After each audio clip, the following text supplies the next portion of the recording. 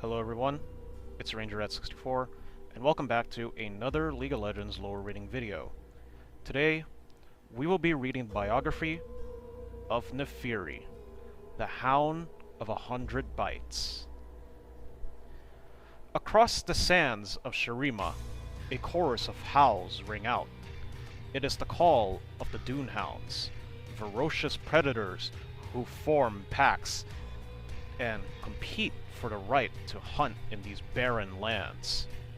Among them, one pack stands above all, for they are driven not only by canine instincts, but by the ancient powers of the Darkin. In the pitch-black Shurima night, few sounds are as terrifying as the howls of the dune hound.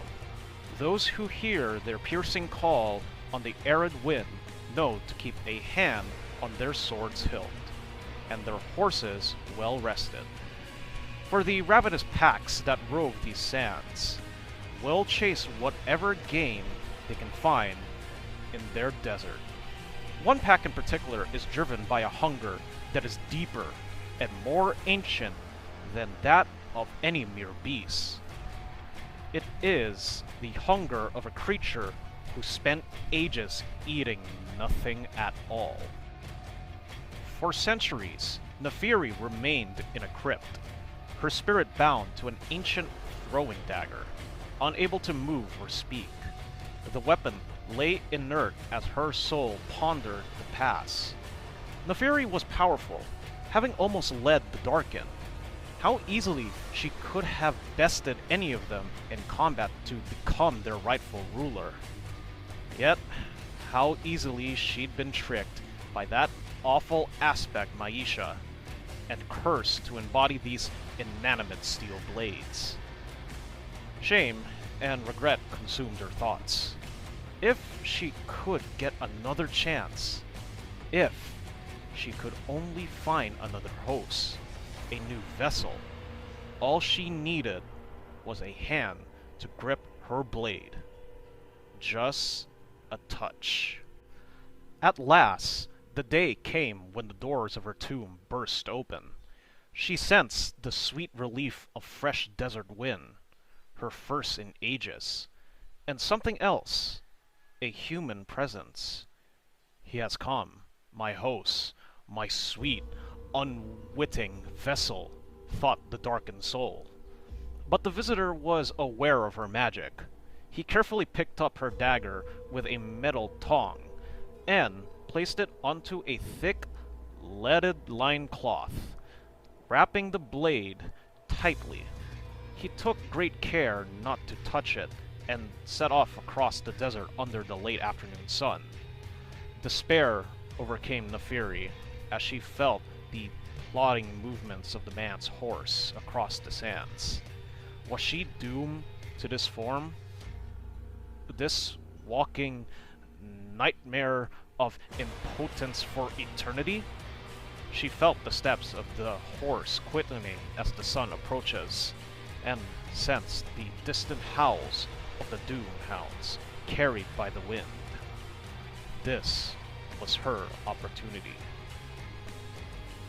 Without sound or words, the Darkin called out to the beasts, hoping to bring them to this prey, that he might somehow slip. Just a glancing touch of his hand, and the host would be hers. Then, she could use him to fulfill the ambitions she had held for so long and vanquish her regrets. The hounds appeared, salivating with their teeth bared. Naafiri's captor clung to the wrapped dagger with one arm, meanly aware of what would happen if it came loose. With his other arm, he drew his sword and attempted to defend himself from the pack. Jaws snapped at the man and his horse from all sides, tearing at them, devouring them piece by piece until nothing remained. Naafiri felt the world crash into focus as she became overwhelmed by senses. For the first time in ages, she smelled the dry air, which parched her nostrils. The metallic taste of hot blood still coated her mouth. She could see each of the dog as if from the eyes of a separate packmate. Confusion then set in as she felt her senses of self crumbling away. She had become the dune hounds. Not one of them, but the entire pack. Her shattered consciousness resonating throughout the body of each dog. It seemed a cruel irony. She had found not one vessel but dozens, and none of them were useful in her grand ambitions. She resented the hounds, hated their smell, their fleas, and most of all, their companionship. But, in time, the Darkin's bitterness subsided as she began to grasp the true nature of her hosts. Though feral, their collective thoughts formed a wisdom all on its own. Separately, the dogs would starve. Together, they were an apex predator, feasting on whatever game they fancied. There were no individuals. The pack was the entity that dominated all. Naafiri then realized this concept was not limited to the dune hounds. It also applied to fish, ants, and humans. It even applied to Darkin. She thought again of her past, personal grudges, and petty agendas tearing the Darkin asunder, which, in turn, toppled them from their rightful place as the regnant killers of Runeterra. She knew how to restore them.